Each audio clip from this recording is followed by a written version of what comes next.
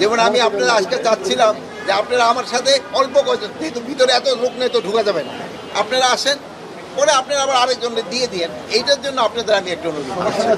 মাননীয় উপদেষ্টা, 5 আগস্টকে কেন্দ্র করে এখন দেশের যে পরিস্থিতি, আপনারা সতর্কবার্তাও জারি করেছেন, এখন বর্তমান পরিস্থিতি কি সামনে কোনো শঙ্কা রয়েছে কিনা?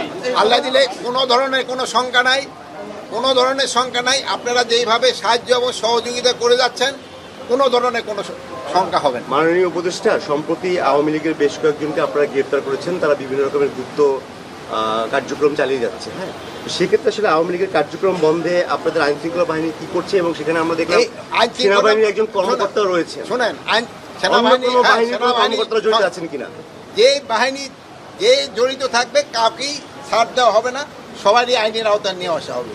আর যেহেতু আপনারা বললেন যে তাদের কার্যক্রম নিষিদ্ধ করা হয়েছে, এবং তারাও যদি কোনো রকমের অপকর্ম করতে চায়, কোনো রকমের ছাড় পাবে না। তাদের পরিকল্পনা কি ছিল? তাদের যে একটা মিটিং করলো বা ট্রেনিং বা পরিকল্পনা কি ছিল, এটা তো ইনভেস্টিগেশনের পরে যেন জানা যাবে।